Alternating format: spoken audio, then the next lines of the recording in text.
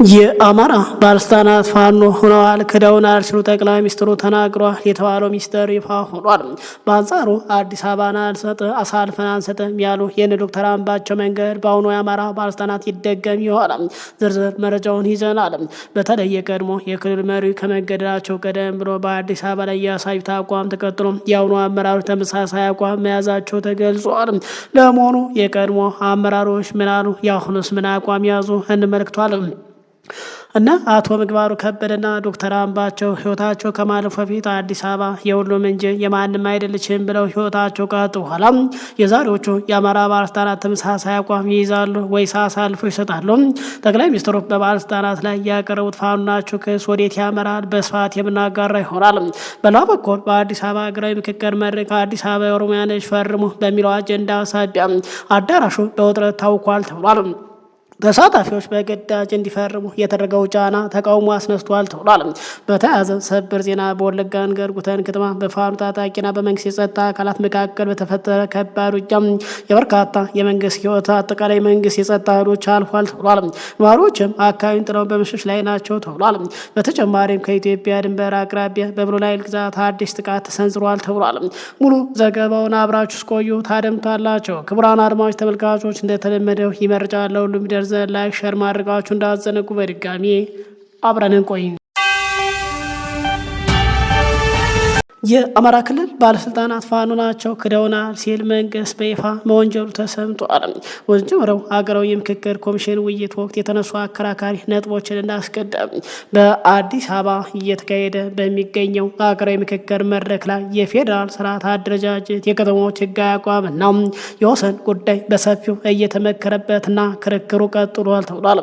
በተለይ የአዲስ አበባና የድሬዳዋ ከተሞች ህጋዊ አስተዳደርና አወቃቀር በተመለከተ የቀረበው የምክር አማራጮች በተሳታፊና በፖለቲካ አካላት ዘንድ ከፍተኛ ክርክርና ልዩነት ፈጥረው ቀጥሏል ተብሏል። በሌላ በኩል ከከተሞች ህጋዊ አቋም ጋር ተያይዞ በቀረቡ አጀንዳዎች ሳቢያ በገዢው ፓርቲ አመራሮችና በተለያዩ የክልል ተወካይ መካከል ሰፊ የአቋም ልዩነቶች ተከስተዋል ተብሏል። መረጃው እንዳመላክተው ከሆነ አዲስ አበባና ድሬዳዋ የፌዴራል መንግስት የስልጣን አካልና የሁሉም ዜጎች ማዕከል ሆነው እንዲቀጥሉ የሚሉ ሀሳቦችም በአንድ በኩል ሲነሱ፣ በሌላ በኩል ደግሞ የክልሎች ወሰንና ልዩ ጥቅም መከበር አለበት የሚሉ አቋሞች ቀርበዋል ተብሏል። በእነዚህ ልዩነት ሳቢያ በርካታ ተሳታፊና የፖለቲካ አመራሮች በስብሰባዎች ወቅት ተቃውሟቸውን በመግለጽ ከአዳራሽ መውጣታቸውና በሂደቱ ላይ ቅሬታ ማቅረባቸው ተገልጿል።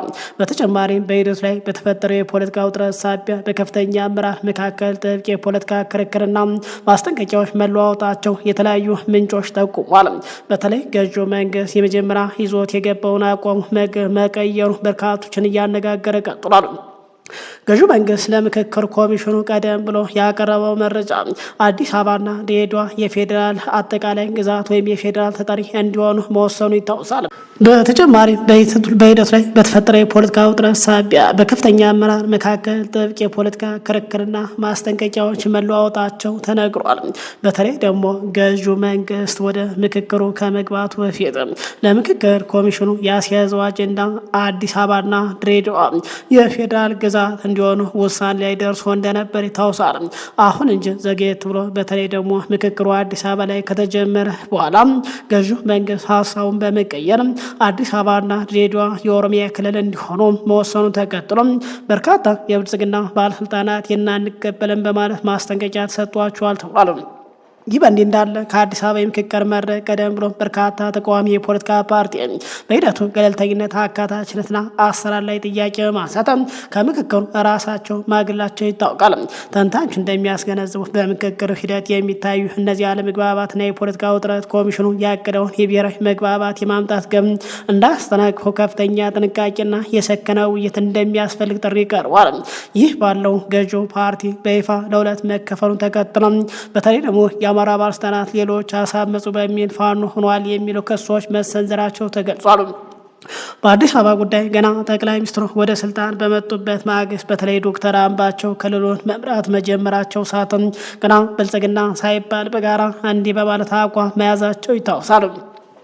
አዴፓ በሚባልበት ሰዓት በአዲስ አበባ የባለቤትነት ጉዳይ ላይ ጠንካራ አቋም እንዳለው አስታወቀ በማለት የካቲት 16 2011 ዓ.ም አዲስ አበባ የነዋሪዎች እንድትሆንና አግላይ አመለካከቶች እንዲወገዱ በትኩረት እንደሚሰራ የአማራ ዲሞክራሲ ፓርቲ ወይም የወቅቱ አዴፓ አስታውቋል በማለት ዘግበው ነበር። ድርጅቱ በአዲስ አበባ ከሚገኝ የአዴፓ አመራሮች ጋር ተወያይቷል። ውይይቱን የመሩት የአዴፓ ማዕከላዊ ኮሚቴ ጽህፈት ቤት የወቅቱ ኃላፊ በግፍ የተገደሉት አቶ ምግባሩ ከበደ ለአማራ ብዙኃን መገናኛ ድርጅት እንዳሉት ከሆነ አዲስ አበባ የነዋሪዎችና የኢትዮጵያ መዲና እንጂ የማንም አይደለች በማለት ጽኑ አቋም መያዛቸውን ይፋ አድርገው ነበር። አጀንዳው ለውጡን የማይደግፉ ኃይሎች የሚጠነሱት የፖለቲካ ሴራ በማለት በወቅቱ ገልጸው ነበር። ችግሩ የሚፈጠረው ግለሰቦች ወይም አመራሮች ካሉ በማጣራትና ከሚመለከተው አካል ጋር በመሆን ጉዳዩ ይፈታል ብለዋል አቶ ምግባሩ በማለት ገልጸው ነበር። በአዲስ አበባ ባለቤትነት ጉዳይ አዴፓ አቋም ጠንካራ መሆኑን አስታውቋል። የወቅቱ የአዲስ አበባ ከተማ አስተዳደር ምክትል ከንቲባና የንግድ ኢንዱስትሪ ቢሮ ኃላፊ የነበሩት ኢንጂነር እንዳወቀ አብቴ በበኩላቸው አዲስ አበባ የራሷ መዋቅርና አስተዳደር ያላት የኢትዮጵያና የአፍሪካ ከተማ እንጂ የማንም አይደለችም በማለት በወቅቱ ገልጸው ነበር። በዚህ ጉዳይ ላይ ችግር ካለ በውይይት እንደሚፈታ ችግር ፈጣሪዎችም ይጠየቃል በማለት የወቅቱ የአዲስ አበባ ምክትል ከንቲባ ገልጸው እንደነበር ዘግቧል። በአዲስ አበባ የሚኖሩ የአዴፓ አመራሮች አዲስ አበባ የሚኖሩ የአማራ ሕዝብ መብትና ጥቅም እንዲከበር ጠንክረው እንደሚሰሩ በወቅቱ ተናግረው ነበር። ዲሞክራሲያዊ ፓርቲ አዲስ አበባ የነዋሪዎች ከተማ ነች የሚል አቋም ነው ያለው። በተመሳሳይ የወቅቱ የአማራ ክልል መሪው ዶክተር አምባቸው በተመሳሳይ የአዲስ አበባን በተመለከተ ቃል በቃል እንዲህ በማለት ገልጸው ነበር። አዲስ አበባ የኔ ነው የሚል ጽንፈኛ ኃይል ተፈጠረ ብለዋል። ይህንን ደግሞ አንቀበልም ብለን አቋም ያዝነው እኛ ነን። የአማራ ሕዝብ መብትና ጥቅም አሳልፈን በመስጠት ከማንም ጋር ፈጽሞ አንደራደርም። በነገራችን ላይ ስንታገል እኛ ለአማራ እንታገላለን፣ ለመላው ኢትዮጵያ እንታገላለን። እኛ የነዛ ታሪክ ሰሪ ልጆች ነን። አዲስ አበባ ላይ እየተነሳ ያለው በልዩ ጥቅም ምክንያት አይደለም፣ በባለቤትነት ምክንያት ነው ሲሉ ገልጿል። አያይዘው አዲስ አበባ የኔ ነው የሚል ጽንፈኛ ተፈጠረ፣ ይህንን ደግሞ አንቀበልም ብለን አቋም ያዝነው እኛ አይደለም።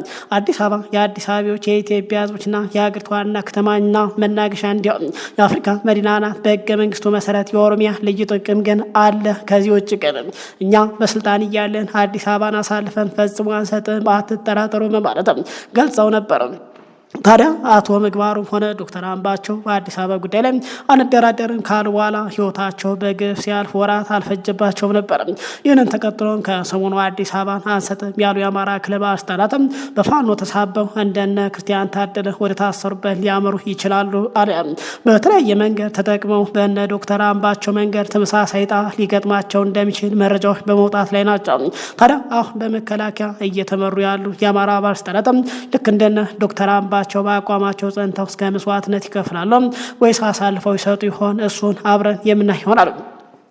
የባለበት በአዲስ አበባ እየተካሄደ በሚገኘው ሀገራዊ ምክክር መድረክ ላይ የዋና ከተማ አወቃቀርና ህጋዊ አቋም በተመለከተ የቀረቡ የምክር ሀሳብ ሰነዶች በተሳታፊዎች መካከል ከፍተኛ ክርክር አስነስተዋል ተብሏል።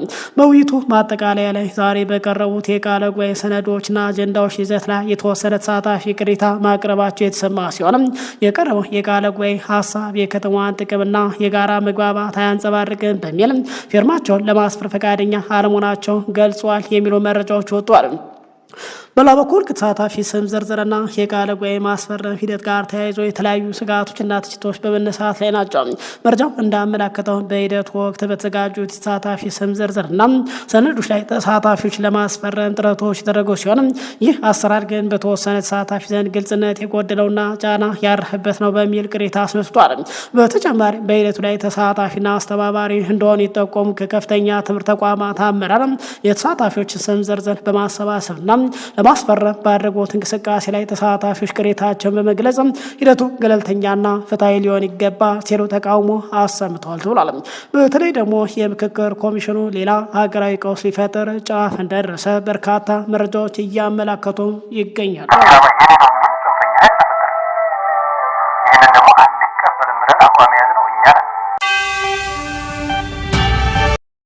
በኦሮሚያ በወለጋ አካባቢ በፋኖና በመንግስት የጸጥታ ኃይሎች ከሰሞኑ ከበድ ያለ ፍልሚያ ወይም ውጊያ መደረጉ ተሰምቷል። በዚህ ውጊያ በርካታ የኦሮሚያ ኮማንዶ ኃይልና በርካታ የጸጥታ ኃይሎች ህይወታቸው እንዳለፈ ተገልጿል። የአካባቢ ነዋሪዎች እንዳሉት ከሆነ በታጣቂ ወይም በፋኖ ኃይሎች ጥቃት ህይወታቸው ያለፈ በርካታ የጸጥታ አካላት መቅበራቸውን ተናግሯል። በተለይ ትናንት ረቡዕ አካባቢ ወደ አንጻራዊ ሰላም መመለሱን ተናግረዋል። ሆኖም በቀጣይ ስጋቶች ያሉበት መሆኑ ተከትሎ በርካታ ነዋሪዎች ወደ ወረዳዋ ሌላኛዋ ከተማ አያናና የዞኑ ከተማ ወደ ሆነችው ነቀምት እየሸሹ መሆኑን ገልጿል። አካባቢ ባለፈው ቅዳሜና እሁድ የተከፈተ ጥቃት ያስደነግጣቸው በርካታ ነዋሪዎችን ቀያቸውን ጥለው ሸሽተዋል ሲሉ ገልጿል። የዓይን እማኞች እንደተናገሩት በአካባቢ የሚንቀሳቀስ የፋኖ ኃይሎች ከተማዋን ለመቆጣጠር በከፈቱት ተኩስ በትንሹ ግምትም ከ10 በላይ ጸጥታ አስከባሪዎች ተገድለዋል። ሌሎችም በርካታ የመከላከያ ሰራዊት አባላትና የኦሮሚያ ገዳ ኮማንዶች ቆስለዋል ሲሉ ገልጸዋል። በምስራቅ ወለጋ ዞን የጊዳ አያና ወረዳ አንገርጉትን ከተማ ነዋሪ የሆኑት የዓይን እማኝ ለዶይቼ ቬለ በሰጡ አስተያየት እንዳሉት በባለፈው ሳምንት መጨረሻ በተለይ ደግሞ ነሐሴ 2 እና 3 ቀን 2018 ዓ.ም በተከሰተው አለመረጋጋት በርካታ የከተማዋና በዙሪያው ያሉ የገጠር ቀበሌ ነዋሪዎች ብርቱ ስጋት ውስጥ ወድቀዋል ብሏል። የዓይን እማኞች የከተማ ነዋሪ ተኩስ የተጀመረው ቅዳሜ ነሐሴ 2 አመሻሹን ከ10 እስከ 11 ሰዓት አካባቢ ሲሆን በዛው ያደረው ውጥረት እሁድም 3 ሰዓት አካባቢ ከባድ ተኩስ የከተማ መግቢያ ኬላዎች ላይ ተከፍቶ እሁድም ታጣቂዎች በስፍራው ከነበሩ የመንግስት የጸጥታ አካላት ጋር ሙሉ ቀን እስኪመሽ ድረስ ሲዋጉ ውለዋል ብሏል። ከመንግስት የጸጥታ አካላት ብዙ ሰው መስዋዕት ሆነዋል። የፋኖ ታጣቂዎች ወደ ከተማ ሳይገቡ ግን ቀርተዋል አለም። ቅዳሜ ማታ ብቻ ወደ 6 ሰው ሞተዋል። እሁድ ወደ 7 ሰው ህይወታቸው አልፎ ቀብረናል ብሏል። ከዚህ የተነሳም በርካታ የአካባቢ ነዋሪዎች ስጋት ገብቷቸው ተፈናቅለዋል። ወደ ነቀምት የሸሹ ብዙ ናቸው ሲሉ ገልጿል። ከትናንት በስቲያ ማክሰኞም በታጣቂዎች ጥቃት ህይወታቸው ያለፉ የጸጥታ አካላት መቀበራቸውን ገልጿል። ረቡዕ አካባቢ ወደ አንጻራዊ ሰላም መመለሱን በይፋ ገልጿል። ሆኖም በቀጣይ ስጋቶች ያሉበት መሆኑ ተቀጥሎ በርካታ ነዋሪዎች ወደ ወረዳዋ ሌላኛው ከተማ አያናና የዞኑ ከተማ ወደ ሆነችው ነቀምት እየሸሹ መሆኑን ገልጿል። ትናንትና የወደቁ የጸጥታ አካላት አንስተን ቀብር ፈጽመናል ብሏል። ህብረተሰቡ ደግሞ ከአራቱ የአንገጉት ከተማ አስተዳደር አቅጣጫ ማለትም ከደለታ፣ በከኒሳ፣ ወረቦ ቀበሌና ቶሎ ሌንጫ የተፈናቀሉ ወደዚህ ከተማ ከሸሹ በኋላ አሁን ደግሞ ሌላ ጥቃት ከተከሰተ በሚል ወደ ነቀምት እየሸሹ ነው አሉ። አሁን በተለይ ከዛሬ ጀምሮ ማለትም ረቡዕ ከአካባቢ ላይ የመሳሪያ ድምፅ የማይሰማ ከሆነ ህብረተሰቡን ለመፈናቀል የገፋው ምክንያት ምን ይሆን የተባሉት አስተያየት ሰጭም ትልቁ የማህበረሰብ ስጋት በቀጣይ ሊመጣ የሚችለው ስጋት ነው ብሏል። ታጣቂዎች ከተማዋን ለመያዝ እየዛቱ መሆኑ ለበርካቶች መፈናቀል አሁን ምክንያት እየሆነ ነው ብሏል። እንደ ከተማዋ እስካሁን ሲቪል ዜጎች ላይ የደረሰ አካል ጥቃት የለም ብሏል። ሰው ቀድሞ ነው ወደ ከተማ የሸሸው። ተኩስ ሲከፈት ሁሉም ወደ ከተማ በመሸሽ ህይወታቸውን መታደግ ችሏል ብሏል። ግን ደግሞ የመንግስት የጸጥታ መዋቅር ታጣቂዎች ከፍተኛ መስዋዕትነት ተከፍለዋል ብሏል። ወደ አካባቢ የመጡ በርካታ የፋኖ በንጹሃን ላይ ሳይሆንም ጥቃት የፈጸሙት የመንግስት ኃይሎች ለይተው መሆኑን ገልጸው በርካታ የኦሮሚያ የጸጥታ ኃይል ገና አልቀዋል ሲሉም ገልጿል። ይህንን ተከትሎ ትናንት መከላከያና የኦሮሚያ ተጨማሪ ኃይል ወደ ቦታው ባመራበት ወቅት በከባድ መሳሪያ በበቀል ለፋኖ መረጃ ሰጣቸው የሚልም በተለመደው መሰረት በርካታ ንጹሃን ህይወታቸው እንዳለፈ ተገልጿል። በተለይ ከቅርብ ጊዜ ወዲህ በወለጋ የተደራጀ የፋኖ ኃይል አስፈሪ ደረጃ ላይ መድረሱ ተገልጿል። የሱዳን ጦር በኢትዮጵያ ድንበር አቅራቢያ ብሉ ናይል ግዛት ላይ የተሰነዘረበትን ጥቃት መከላከል መቻሉን ገልጿል። የሱዳን ጦር ኃይሎች ከኢትዮጵያ ጋር በሚያዋስነው በብሉ ናይል ግዛት በቀይ ሳህል ከተማ ላይ በፈጥኖ ደራሽ ኃይሉና አጋር ሆነው ከሱዳን የህዝብ ነጻነት ንቅናቄ የተሰነዘረውን ጥቃት በትናንትናው ዕለት መከላከል ተችሏል ሲል የክልሉ ባለስልጣናት አስታውቋል። የቀይ ሳህል ጠቅላይ ግዛት አስተዳደር ባወጣው መግለጫ ላይ እንዳመላክተው ከሆነ የተሰነዘረው ጥቃት በተለይ በመኸር ወቅት የእርሻ ስራ ላይ በሚገኝ ንጹሃን አርሶ አደሮች ላይ ያነጣጠረ ነው ሲል ገልጿል። አስተዳድሮ ይህንን ድርጊት ሙሉ በሙሉ የጦር ወንጀል ሲል የፈረጀው ሲሆንም ይህንን የወንጀል ጥቃት እናወግዛለን በማለት ጥቃቱ የዜጎች ዕለታዊ ኑሮ፣ ደህንነትና የአካባቢ መረጋጋት ለማናጋት የተደረገ የወንጀል ሙከራ ነው በማለት አጥብቆ አውግዞታል። በጥቃቱ የተመዘገበ የሰው ወይም የንብረት ጉዳት አለመኖር እስካሁን ይፋ የተደረገ መረጃ የሌለ ሲሆንም በፈጥኖ ደራሽ ኃይል በኩልም ቢሆን ስለ ሁኔታው የተሰጠ ጽሑፋዊ አስተያየት የለም። የሱዳን ጦር ባለፈው ወር በዚህ በቀይ ሳህል ጠቅላይ ግዛት ስር በሚገኝ ዴምሳ እና ያራ በተባሉ አካባቢዎች ላይ በተመሳሳይ መልኩ የተሰነዘሩ ጥቃቶችን መከላከል መቻል ማስታወቁ ይታወሳል። ብሉ ናይል ግዛት ውስጥ የሱዳን ብሔራዊ ጦር ሰፊ ቦታዎች ተቆጣጥሮ የሚገኝ ሲሆን የሱዳን ህዝብ ነጻ ንቅናቄ ደግሞ እንደ አውሮፓውያን አቆጣጠር ከ2011 ጀምሮ በደቡብ ኮርዶፋንና በብሉ ናይል ክልሎች ራስን በራስ የማስተዳደር መብት ለማስከበር ከመንግስት ኃይሎች ጋር ሲዋጋ የቆየ ቡድን መሆኑ ይታወሳል። እንደ አውሮፓውያን አቆጣጠር በ2023 ጀምሮ የተቀሰቀሰው አጥፊው የሱዳን የእርስ በርስ ጦርነት ፈጥኖ ደራሽ ኃይሉ ወደ ሀገሪቱ መደበኛ ወታደራዊ አወቃቀር ውስጥ የመቀላቀል ሂደት ላይ በተፈጠረ አለመግባባት ምክንያት በሱዳን ብሔራዊ ጦርና በፈጥኖ ደራሽ መካከል የተጀመረ እንደሆነ ይታወሳል። ይህ ጦርነት በ10 ሺህ የሚቆጠር ንጹሃን ዜጎች ህይወት የቀጠፈ ሲሆን ከ13 ሚሊዮን በላይ ሰዎች ደግሞ ከመኖሪያ ቀያቸው አፈናቅሏል ተብሏል። በተጨማሪም ሀገሪቱን በዓለም ላይ ከታዩት ከባድ የሰብአዊ ቀውሶችና የራብ አደጋዎች ከተፈጠረባቸው ሀገራት አንዷ እንድትሆን አድርጓታል ተብሏል። በአጠቃላይ ምስራቅ አፍሪካ በእርስ በርስ ጦርነት እየተናወጠ መሆኑ ቀጥሏል። በተለይ ኢትዮጵያ ባለፉት 7 እና 8 ዓመታት በድሮንና በታንክ በጀት ታግዞ በእርስ በርስ ጦርነት ላይ ትገኛለች። በተመሳሳይ ሱዳንም በእርስ በርስ ጦርነት ላይ እየተዋለመች ትገኛለች። አሁን ደግሞ በኢትዮጵያ መንግስትና በህወሓት መካከል የተፈጠረው ፍጥጫ ሌላ እጅግ ከባድ ውጊያ ሊነሳ እንደሚችል እየተገለጸ ይገኛል።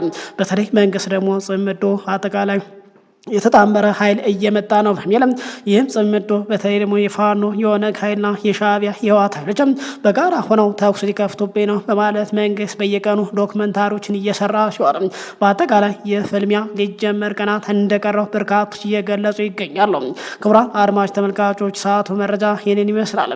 ከሰዓታት በኋላ በሌላ መረጃ እንገናኛለን። እስከዛው ሰላም ቆዩን። ሰላም ለሀገራችን ኢትዮጵያ።